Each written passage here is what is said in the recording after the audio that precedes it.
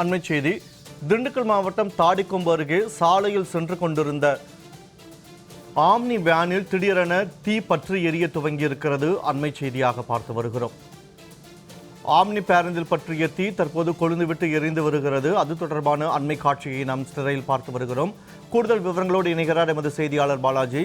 வணக்கம் பாலாஜி. ஆம்னி பேருந்தில் இந்த தீ பற்றியதற்கான காரணம் என்ன? அந்த ஆம்னி வேனில் எத்தனை பேர் பயணித்தனர்? அவர்களுடைய நிலை என்னவாக இருக்கிறது? விவரங்களை பதிவு செய்யுங்கள்.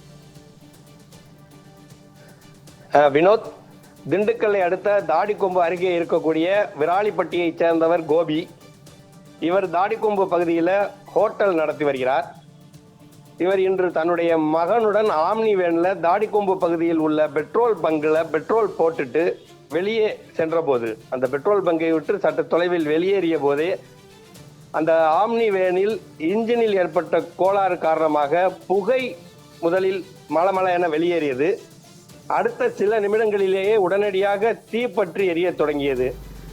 இதனால சுதாரித்து கொண்ட கோபியும் அவருடைய மகனும் ஆம்னி வேனில் இருந்து கீழே இறங்கி ஓடி உயிர் தப்பினர்.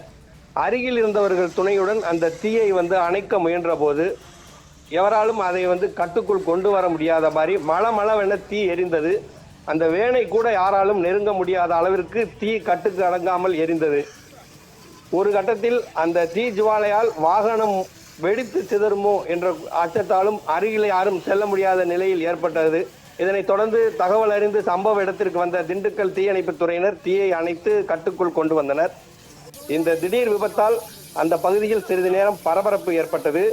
இது குறித்து தாடிக்கொம்பு காவல் நிலைய போலீசார் விசாரணை நடத்தி வருகிறாங்க. வினோத், அதிர்ஷ்டவசமாக இவ்வளவு பெரிய விபத்தில் இருந்து தந்தையும் மகனும் உயிர் தப்பியதும், அதே நேரத்தில் அருகாமையில் இருசக்கர வாகனம், லாரி உள்ளிட்ட வாகனங்களும் நிறுத்தி வைக்கப்பட்டிருந்த நிலையிலும் பெரும் விபத்தும் சேதமும் தவிர்க்கப்பட்டுள்ளது என்பதும் குறிப்பிடத்தக்கது. வினோத்,